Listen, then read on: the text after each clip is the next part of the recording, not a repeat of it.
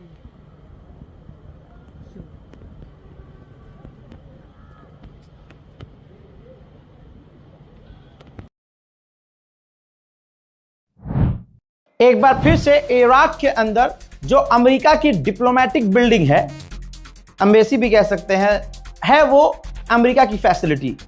वहां पर एक बार फिर से ईरान के ड्रोन हमले हुए हैं और अमेरिका के डिफेंस सिस्टम फेल हुए हैं। उधर पूरी दुनिया में तेल और गैस के ऊपर आफत आ गई है। G7 परेशान हो गया है। G7 ने तुरंत इमरजेंसी मीटिंग बुलाई है। वीडियो कॉन्फ्रेंस के जरिए मिडिल ईस्ट के हालात और जो तेल और गैस की शॉर्टेज हो रही है उस पर बात होगी। उधर अमेरिका इजराइल ने हथियारों की डील की है, जिसमें अमेरिका इजराइल को 5000 छोटे बम देगा।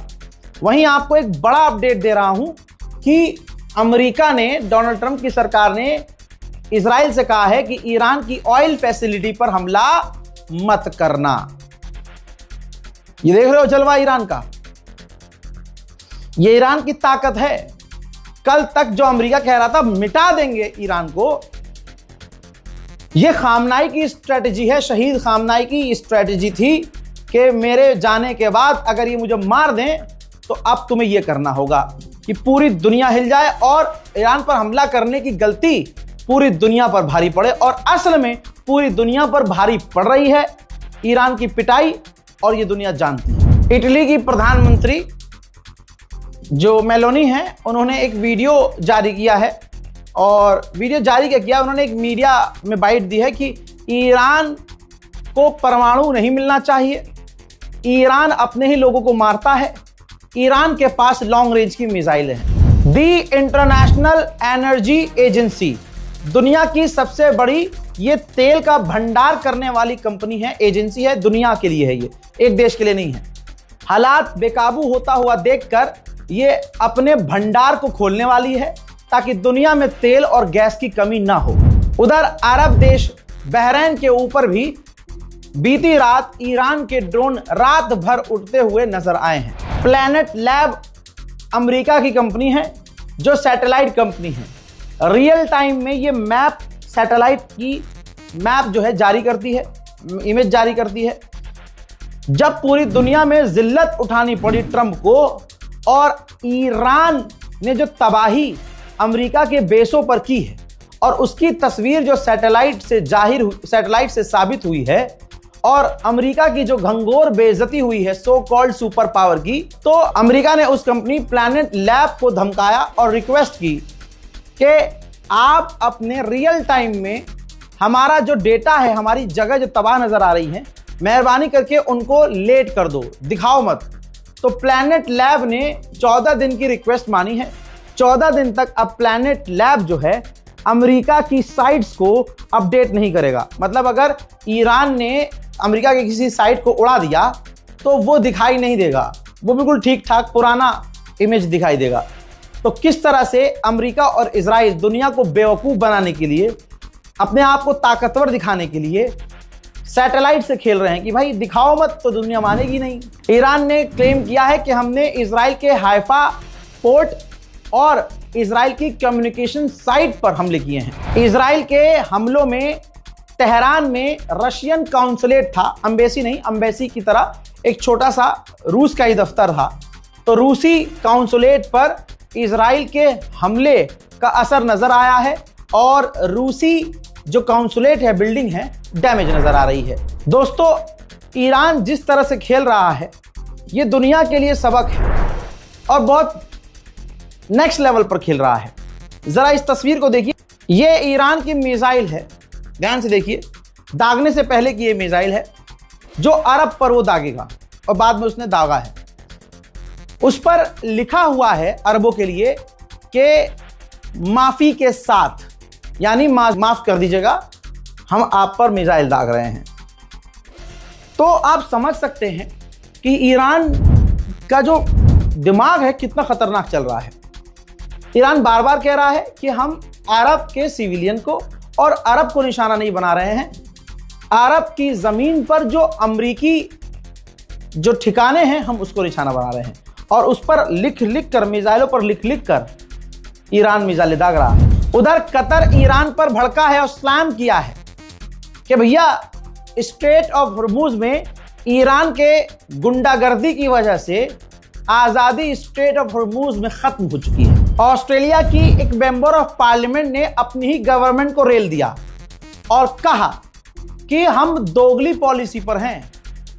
जो ईरानियन खिलाड़ियां यहां आई थी और उन्होंने राष्ट्रगान नहीं गाया, तो अमेरिका के कहने पर हमने उनको पॉलिटिकल असाइलम दे दिया, उन्हें पनाह दे दी, पूरा उनका साथ दिया।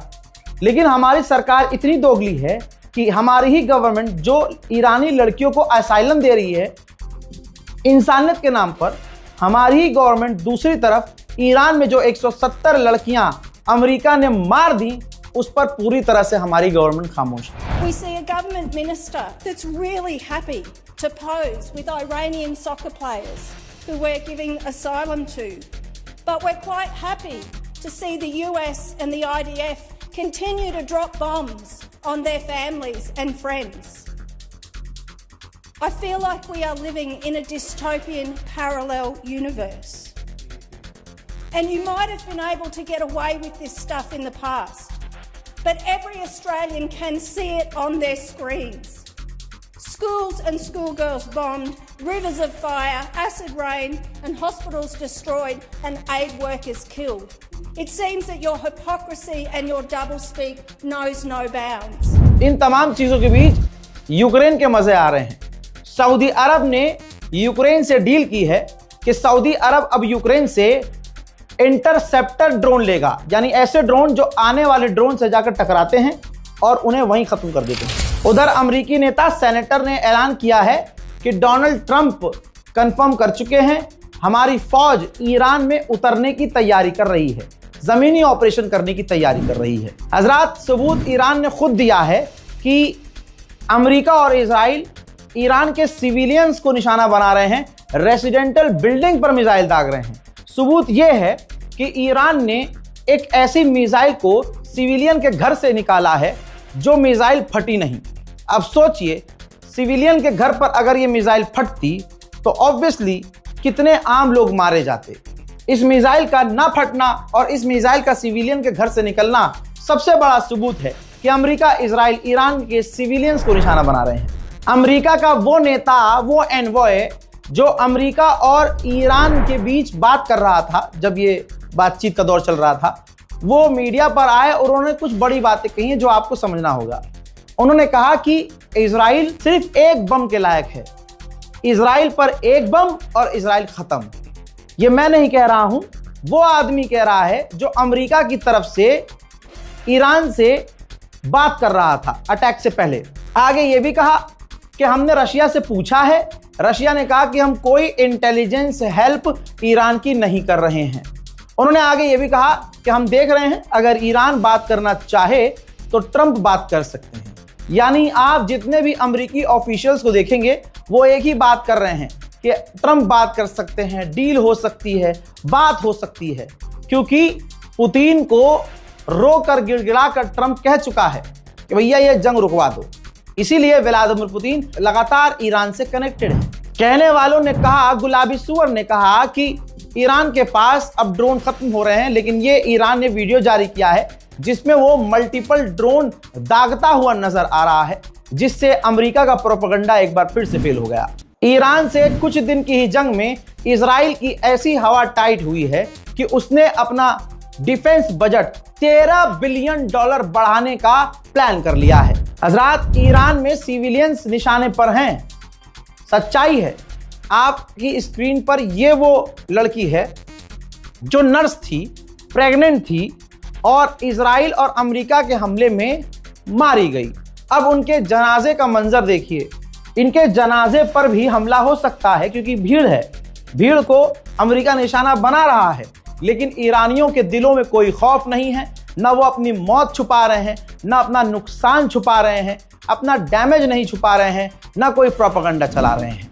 CNN का न्यूज़ चैनल ईरान के उस स्कूल या हॉस्टल, समझ लीजिए हॉस्टल पर पहुंचा जहां लड़कियों पर मिसाइल दागकर अमेरिका ने 170 लड़कियों को शहीद कर दिया। तो जो ईरानी वहां मौजूद थे जिन्होंने वो घटना देखी, CNN के पत्रकार से लिपट कर ज़ारो कतार रोने लगे।